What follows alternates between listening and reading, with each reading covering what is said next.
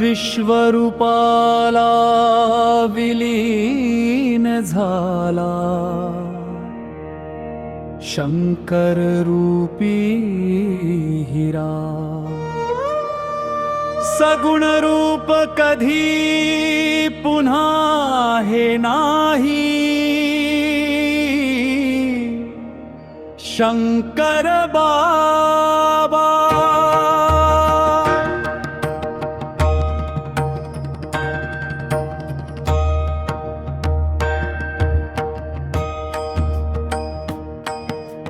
धनकवडी येथे जाऊन जागा ठविली, पूर्व एका वर्षाधी तरतूद केली। मनी जीर्ण वस्त्रे टाकावी हेतू झाला ढळढळ, सगुण रूप कधी पुन्हा हे नाही, शंकर बाबा।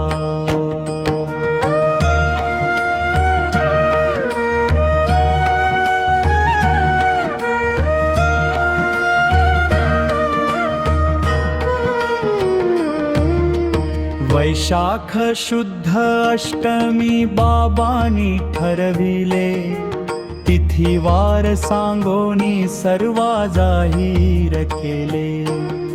सर्वत्र विहार हा त्यांचा बंद स्वतःची केला,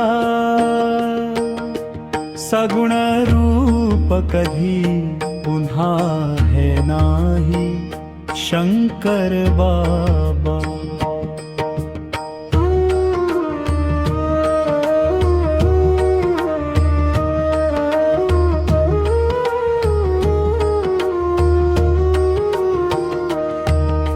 सप्तमीच्या दिनी खिचडी प्रसाद वाटीला, रेशमीचा शर्ट मागविला आनंद कुटेना। शर्ट घालिता तेज पसरले, केली आगळी लीला, सगुण रूप कधी पुन्हा हे नाही, शंकर बाबा।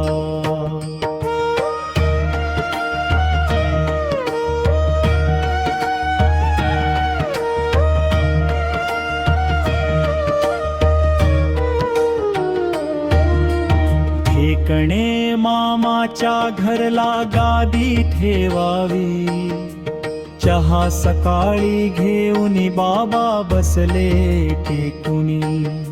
संभाषण बंद केले, सांगे दार लावण्या,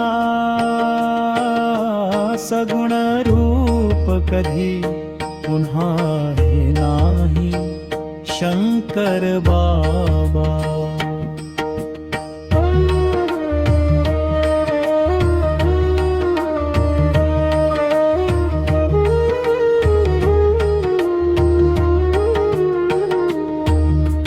पहाटे 4 वाजे अल्लख केला, करा पुढची सोय आत्मा ज्योतही निघाली।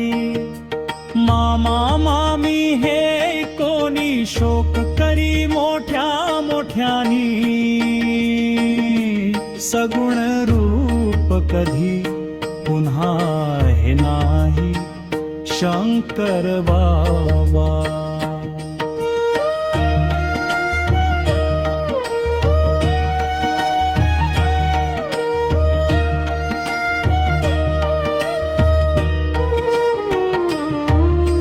सोमवार सन 1947, दिन 29चा होता मे महिन्याचा। सोमवारच्या दिनी प्रगटले, सोमवार दिनी निघाले, सगुण रूप कधी पुन्हा हे नाही, शंकर बाबा।